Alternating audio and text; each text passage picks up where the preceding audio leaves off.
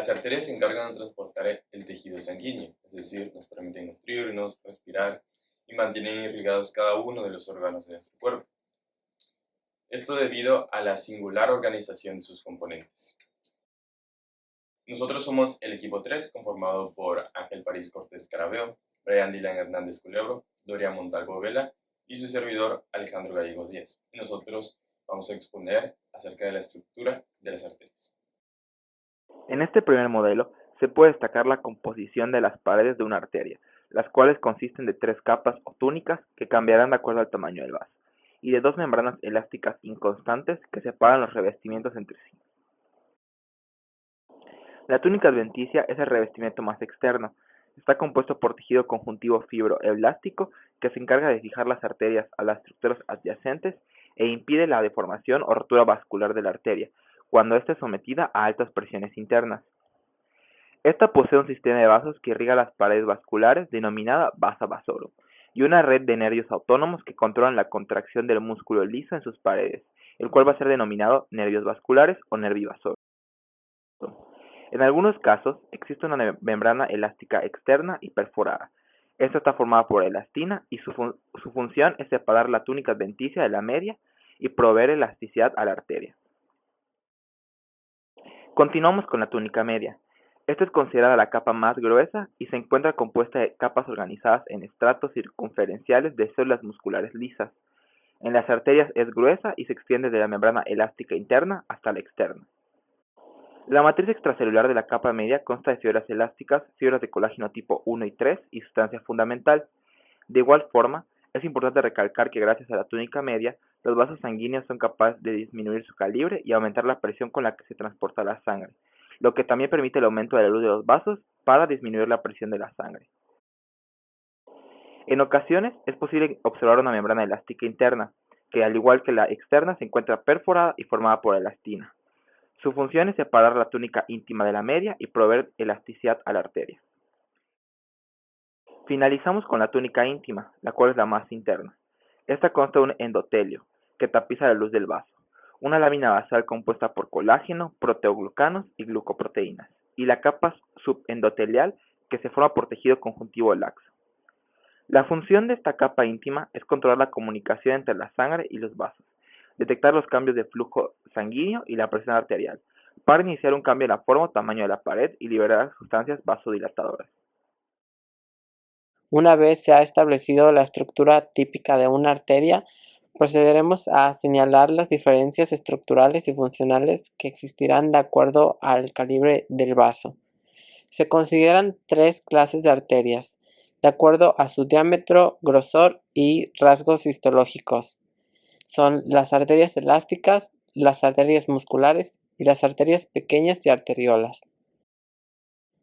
En primera instancia tenemos a las arterias elásticas o de conducción, las cuales van a ser las de mayor calibre y se caracterizan por poseer una túnica íntima gruesa, que consiste de un endotelio de revestimiento con lámina basal y con cuerpos de Weibel-Palade.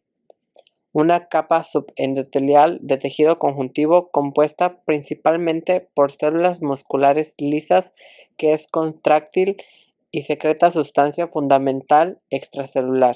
También fibras de colágeno y elásticas, y en cuanto a la membrana elástica interna, esta no se va a encontrar visible y solo se va a identificar como una capa elástica interna de la pared arterial. Pasando a su túnica media, esta va a ser la capa más gruesa de las arterias de conducción y está compuesta por elastina, células de músculo liso vascular y fibras de colágeno y proteoglucanos. Por último, su capa adventicia es relativamente delgada y consta de fibras de colágeno y fibras elásticas, fibroblastos, vasos sanguíneos que comprenden ramificaciones de arterias pequeñas y nervios vasculares, en forma de fibras nerviosas simpáticas posinápticas no mielinizadas. Su función principal es soportar grandes fuerzas de presión del paso de la sangre, al encontrarse cercanas al corazón, y son incapaces de difundir nutrientes u oxígeno hacia los tejidos. Entre las arterias elásticas encontramos de ejemplo a la aorta, las arterias pulmonares y la carótida común. En cuanto a las arterias musculares o de distribución, Poseen una lámina íntima, más delgada, que consiste en un revestimiento endotelial con su lámina basal, una capa subendotelial delgada de tejido conjuntivo y una membrana elástica interna prominente, que permite su diferenciación con las arterias elásticas. Si procedemos a analizar su túnica media, esta se encuentra compuesta casi en su totalidad por músculo liso vascular con escaso material elástico. En referencia a las células musculares, poseen una lámina externa y producen colágeno extracelular, elastina y sustancia fundamental. Hablando de su túnica adventicia, es relativamente gruesa y es posible observar una membrana elástica externa que separa a la capa media de la adventicia. Al igual que en las arterias musculares, esta túnica posee vasa vasorum, fibroblastos y fibras nerviosas.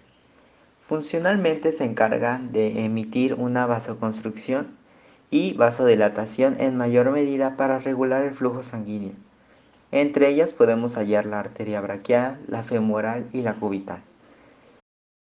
En el último grupo de clasificación de arterias tenemos a las arterias pequeñas y arteriolas. En este caso, hablando específicamente de las segundas, las arteriolas tienen solo una túnica íntima con endotelio, lámina basal y una capa subendotelial, poco desarrollada que no es apenas visible. De entre las características que destacan a las células endoteliales es que poseen uniones comunicantes con las células musculares de la túnica media. Adentrándonos a su capa media, consiste únicamente de una a dos capas de células de músculo liso, por lo que es casi inexistente. En cuanto a su túnica adventicia, es una delgada vaina conjuntiva mal definida que se mezcla con el tejido conjuntivo en el que discurren estos vasos y que carece de vasa vasorum, pero posee fibras nerviosas. Como función principal, las arteriolas se encargan de ser el principal regulador del flujo sanguíneo hacia las redes capilares, por contracción de las células del músculo liso. Es de esta forma que concluimos con el análisis de la estructura típica de un vaso sanguíneo, así como la clasificación de las arterias de acuerdo a sus características estructurales e histológicas. Somos el equipo 3, gracias.